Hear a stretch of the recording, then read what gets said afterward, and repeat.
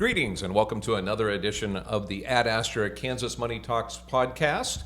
I'm Joe Blubaugh and I'm your host, and I'm joined by Mark Johnson and Bob Schwartz of Bob Schwartz Financial. And they have offices in Silver Lake, Kansas, as well as Victoria, Kansas, and you can find more online at bobschwartzfinancial.com. Bob, last week when we did our podcast, you were not here. You were on vacation. Welcome back.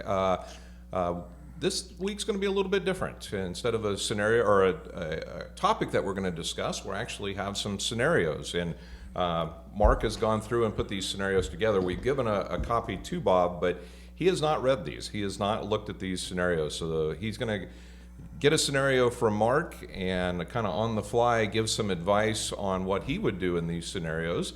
And so a little bit different format today, but should be fun. So Mark, I'll kind of hand it off to you with scenario one for Bob. We're going to do some problem solving, show you a little bit about the planning process, and hopefully you learn something along the way. So our first scenario is two young professionals, Sam and Jordan, ages 31 and 29. They have $160,000 income combined. They have $25,000 in savings and $55,000 in 401ks. Their debt is, they have $15,000 in student loans at 5% interest rate, and then a $7,000 car loan with a 7% interest rates. Their goals is to buy a home within 3 years, and they want to retire by the age of 60. So our biggest challenge is we're going to have to figure out how to balance aggressive debt payoff with a home down payment savings while increasing retirement contributions. That's what our big challenge is here. So, Bob, what would you do? Well, the first thing is I want my pen back. Yeah. There you go, sir. So I can take notes. The first thing, and I think this is what makes Mark and I unusual as advisors, because the first thing that we're going to recommend, or that I would recommend, I guess if we're asking me a blind question, is we're going to pay off that $7,000 car loan at 7%. We just made them 7% on their money, and you can't guarantee anybody that. So let's make them 7% on their money, get that debt out of the way. Now, student loans sometimes can be forgiven. I believe if you teach for a certain number of years in Kansas, Mark, in certain districts, you can have your debt forgiven. Medicine, nurses, doctors, etc., can have it forgiven. So there's different scenarios there, but let's just go with the idea that they've got to repay this. Mm-hmm. Then I'm going to have them take their car loan money, and I'm going to have them pile that onto that $15,000, mm-hmm. because we've got to put them in a position to own a home. They've got to have a great credit score that's going to help their interest rate. Mm-hmm. But then secondly, we can work on the savings. So first thing we're going to do is pay off that $7,000 note. Then we're going to accelerate that $15,000. My guess is that between the two, they'll be paying close to $1,000 a month. Mm-hmm. So let's just say that we're going to pay that off in 15 months. So roughly we have 21 months left to accumulate money. We'll have $18,000 in savings, and we can save $1,000 a month for 21 months. We should have around $40,000 with interest saved up for a down payment. Now, that's only a down payment on a $200,000 home. Where are we going to come up with the extra money? Mm-hmm. And two places that I can think of is you can borrow up to $50,000 from your 401k, or 50% of the 401k. They've got $55,000 in there now. That means they could borrow around $27,500 right now out of that. I don't recommend that. I would tell them, look, let's get you out of debt. Then let's look at piling away money for a down payment. And let's look at 3 years or 4 years before you buy that house. So, Bob, your recommendation is that they save the 20% before they purchase a house. You don't recommend that folks get into, there's a lot of different loan products out there where you can pay less on that house, but you recommend waiting until they get 20%? Only for one reason, Joe, and if I was a realtor, I would probably totally disagree with what I'm going to say. But as a financial advisor and as a fiduciary, I want them to not have to pay that 1% mortgage insurance. Because Absolutely. if interest is at 7% on a home mortgage, you're paying 8% out of the gate. Well, as you know, I am a realtor, Well, but that's- I don't disagree with you on that, believe it or not. that right? I'm Good. also, Good. I cringe when I see clients that are not putting 20% down and are paying the PMI. PMI is an insurance policy that the mortgage company takes out against you, but makes you pay for it. So, yeah, it's like lighting $100 bills on fire. Yeah, I agree. That's why you're a good real estate agent, is because you think right on money. And so I would tell them that maybe we need to time out buying the house and to talk about ways to do that. But having them in terms of how a mortgage company, I've been around a lot of mortgage company stuff. How they look at things is not only do you have 20% down or 10% or 5%, but what does your credit look like? Yep. Do you pay your bills? Are you flush with how you look? So with that as their stated goal, I want them to have great looking credit score and to have plenty of money. And the other thing a mortgage company looks at is your debt to income ratio, which of course is one of the reasons, I'm guessing, why you wanted them to pay off that debt first. Yeah, absolutely. Absolutely. So the other problem these guys have that we need to look at then is they want to retire by 60. So we want to save up this money, but we also have to do something with their their retirement or their retirement plans. So what would be your? And that's where we need to talk about how important is it? Is the house more important than retiring at 60? Is retiring at 60 more important than the house in 3 years? Yeah. Because we can slow down the 401k and save more. I didn't bring that up, but that thought ran through my mind. Yeah. But if you want to retire at 60, I would say that if there people would disagree with me on this, but if you're 30, average age, and you've got $55,000 in your 401k and you're funding it each month, and you've got it invested, according to your risk tolerance, you should be able to retire around 60. Especially if you listen to professional advice, get your debt out of the way, make sure your house payment is not tapping you down where you can't save, and as the years go by, you can increase the amount that you put away. So my strategy to help them retire at 60 would be, let's stay the course right now, think you're going to be okay, and then we're going to set goals after you get your home bought to increase your contributions to the 401k. Yeah, and these guys are young enough that they should be able to be pretty aggressive in their 401k. I would tell them to have their pedal down, and we have to consider risk tolerance when we visit with clients, but a 30-year-old couple should be very aggressive in terms of looking at their asset allocation. And we talked about this the other day, but if you're not sure about what you're invested in your 401k, make sure that you are aware of what you are in your 401k, that it is fitting your current risk tolerance. Yeah, I had an email when I got back from vacation from an existing client that wanted me to visit with her about her 401k, and she sent to me where it was invested, and it's a young client. And I looked at it, and she was negative the last quarter. And I'm like, how? The markets did not do well the last quarter. Don't get, but it was, anyway, when I looked at where she had it in a target fund. And, that's one thing I would tell Jordan and Sam, is that you probably probably ought to have somebody help you, like us, help you place that money in your 401k. If you choose a target fund, they're simple, and that's why they came out with those, is to help people that don't want to mess with a 401k. I'm going to retire in 2050. Boom, that's what I want. But folks, you can be much more efficient with your money by having a strategy of investing that fits your investment philosophy.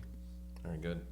All right. Well, you feel like we've covered that scenario? Yeah, sure. Let's go to scenario number 2, which is our midlife pivot. So Dave and Claire are having a little midlife pivot. They're 52 and 49. Their income, they have $220,000 combined income, which is great combined income. Their assets are $200,000 in retirement accounts, $60,000 in taxable investments, and $25,000 in cash. They have $150,000 remaining on their mortgage at 3%. And goals, this is the change here. Claire wants to stop working in 5 years and focus on volunteering, and Dave wants to retire at 65. So our challenges we're facing are Claire's early retirement goals create a need for income sustainability. So. Pension? Does she have a pension? No. Okay. How about David? Nope. No other debt other than $150,000 mortgage. That's good. Mm-hmm. $200,000 in retirement accounts. Probably a little bit light at that age. $60,000 in taxable investments. That's good. $25,000 in savings, cash. Mm-hmm. That's good. For the next 5 years, I see 2 things that they need to do. Is their home loan, is it a 2.5% loan from 3%. 3%? Yeah. Okay. Okay, we don't want to, we're not going to accelerate the loan. Okay? 3%'s not free money, but 3%'s very, very reasonable debt. So do not accelerate their home payment. We need to hammer their 401k. Probably hammer the Roth side of it. I'm going to guess at their ages, they're heavy into traditional. We didn't talk about whether it was traditional or Roth, but assuming that most of that $200,000 is traditional, would probably tell them to try to convert some of that to Roth, so that when she retires, they've got some money that they can pull out tax-free. Although she will be able to pull out of her 401k after the age of 55 because of the rules on 401k withdrawals. But we need to hammer their 401ks. So if they're putting away, I'm going to guess around $5,000 a year into them together, they need to get that up to $15,000 or so. Okay. Keep making their house payment. Hopefully they've got a fairly aggressive stance that they'll accept, because they need to be, if they say we have no risk tolerance whatsoever, well, she's not going to retire in 5 years. Sorry, it's not going to work out that way. Health insurance options, as of today, would be you can buy it public, you can buy gap insurance. And I'm not going to bring up any companies' names, but many insurance companies sell health insurance. Or there's also the Affordable Care Act, where if they can get the coverage from, and also can Claire get on David's? That would be the other thought. Optimizing savings while Claire is still earning. I would put all my disposable savings either into Roth or into the taxable investment account, because they need money liquid. There's no need getting a tax break today to get hit down the road. Let's go ahead and get it into a position where we get our hands on it. Yeah. So we really need to, the big focus is on maximizing these next 5 years. Yeah. Investing wise, maximizing investing, and just keep making the house payment at the 3%. And sometimes when people have a real reasonable interest rate like that, one of the things I like to point out to them is you're going to make a house payment the rest of your life. I pay more in taxes on my house now by triple what I paid on my first house payment. Okay, I mean, there's a lot of years in between there, but we'll always have some type of payment to make every year. And if you have a 3% note, if you're happy in the home you're in, that 3% note can be something that you can live with until it's expired. One other thing that I do have people, if they say I'd like to get it paid off, is we look at, okay, let's talk about adding $200 or $300 a month, and let's look at what that does, and we can structure that out and show the payment. But I see no reason to accelerate a 3% note. No. Okay? Now, walking in today, and they did a June of 2024 at 7.5%. She's going to not retire in 5 years. Yeah. Sorry.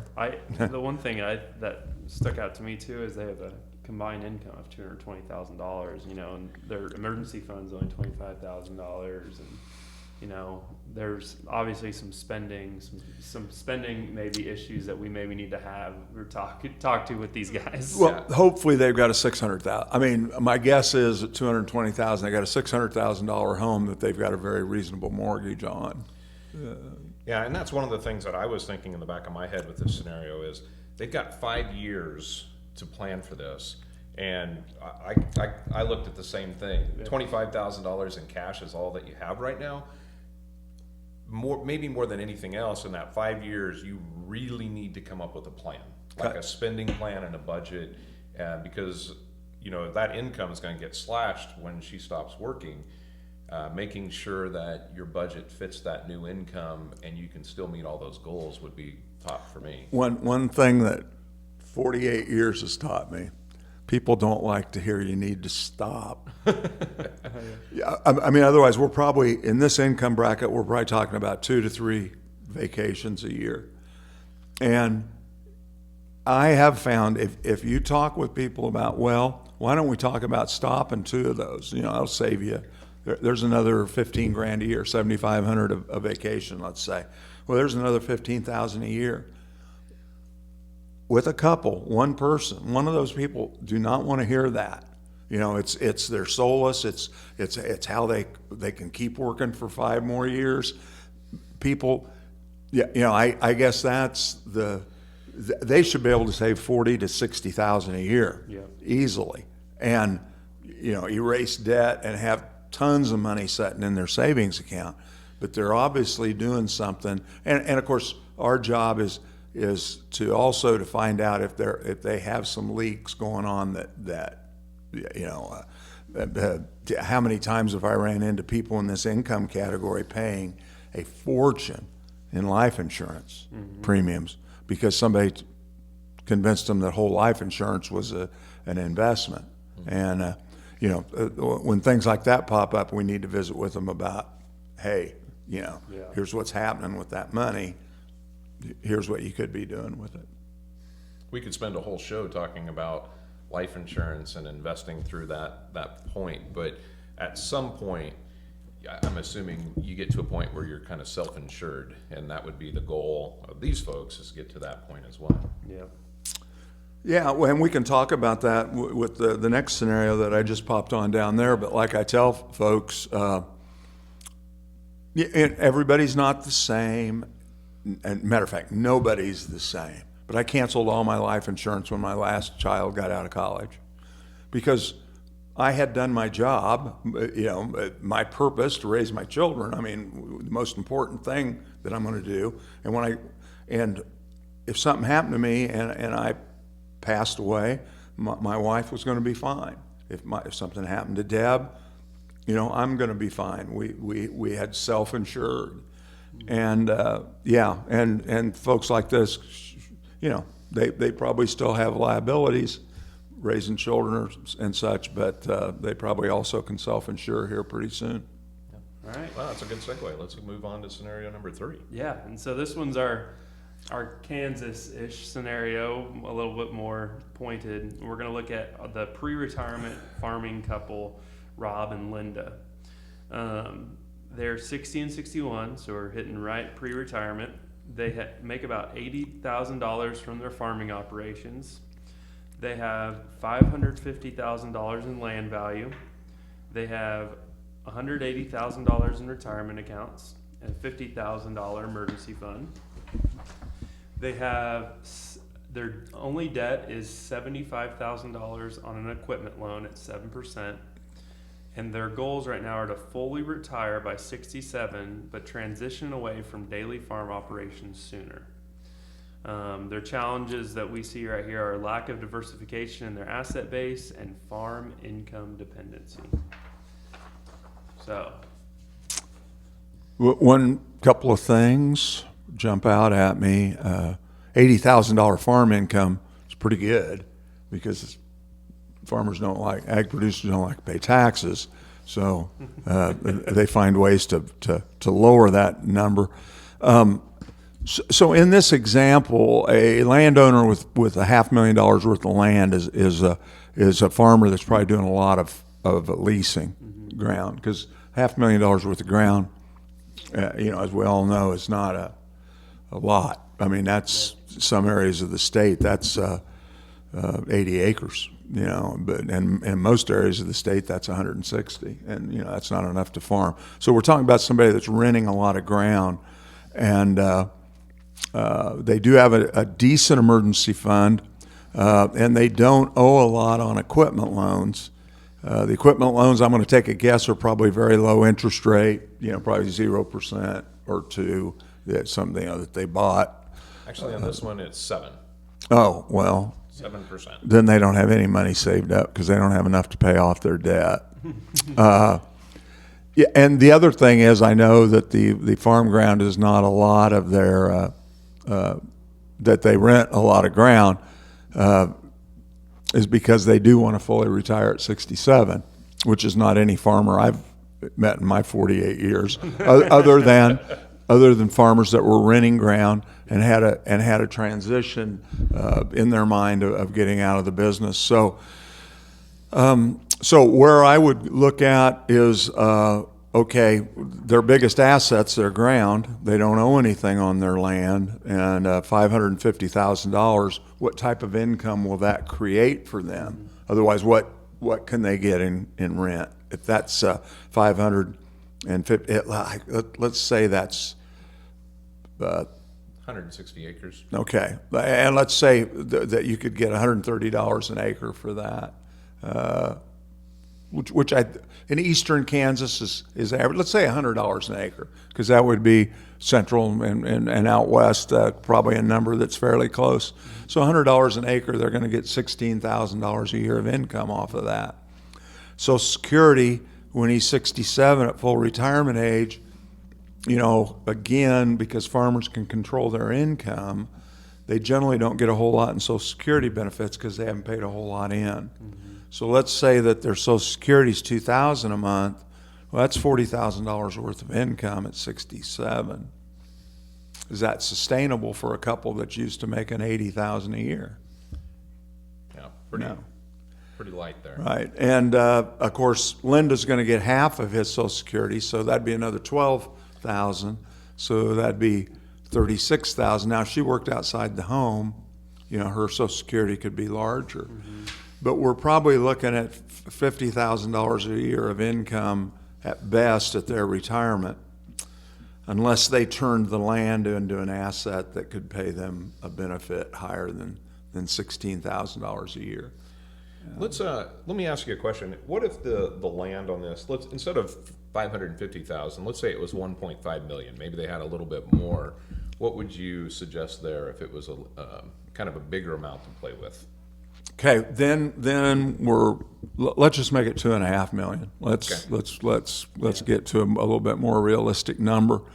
Then it comes into, is there a child farming? Is one of the kids at home farming with dad and mom? So let's say that $2.5 million is 1,000 acres of ground, and off of that 1,000 acres we can generate $60,000 worth of income per year off of renting the ground out. Well, that and Social Security might be enough to sustain. But you could take part of that ground and sell it to create an income stream. Well, as I've already mentioned, what do we hate paying as Kansans? We hate paying taxes. So there are ways to create income and create cash to pay off debt and have a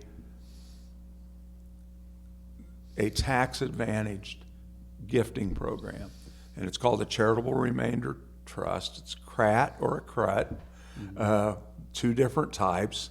But what it does is it pays a guaranteed income to the grantors, and it also creates a large tax write-off, of which, say, someone could sell a $500,000 worth of ground and put $150,000 of that as a gift, of which they were going to get $20,000 a year.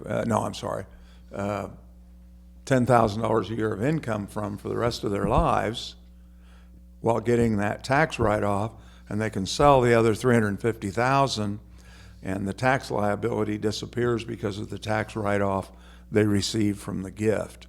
So in actuality, they create income, sell a $500,000 worth of ground, and have no tax liability, and they still have the other $2 million worth of ground. And that gift is to any charitable organization? To their, most of the times that we've used it, it's been to a church, but it could be to, a lot of times we all went to college and we all get those fine magazines from our alma maters, and there'll be somebody in there shaking the hands of a new building or that have made a significant gift.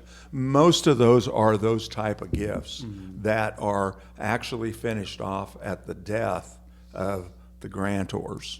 And they're fantastic and they're wonderful because they create income for the givers and they create a legacy for them, but then also a tax advantage on having a lump sum of cash to pay off the implement debt and clear the decks and still have the income, for the rest of their lives. So it's a really interesting and powerful, subject there, but it's also very complicated. This is one that you definitely are going to want to get some professional advice with. As a ag producer, you have to be able to pivot, because it's a pivot that's not done every day, and it's not the way mom and dad did it. And it's quite honestly the narrative that we've had for years with ag producers.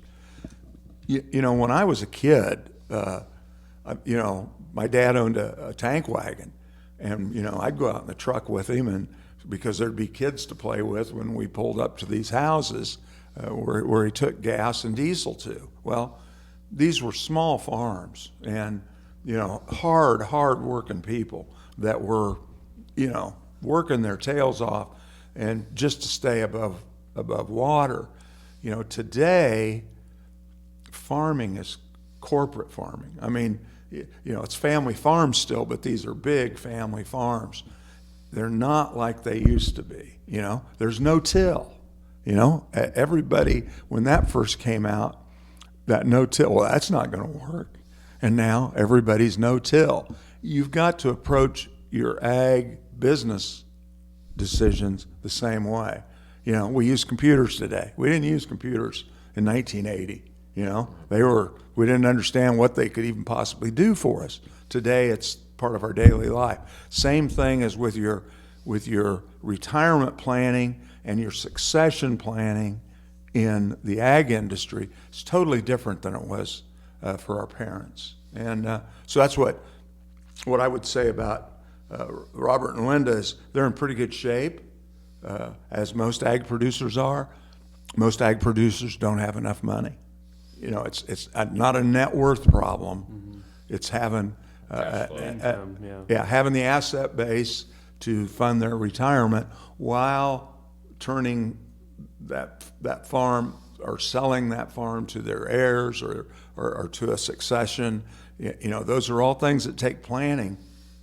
when I did it for my business, it wasn't easy and it wasn't fun, but it's all something that needs to be done so that people can understand and see, okay, here's our retirement income, here's our farm, here's our business, here's our income.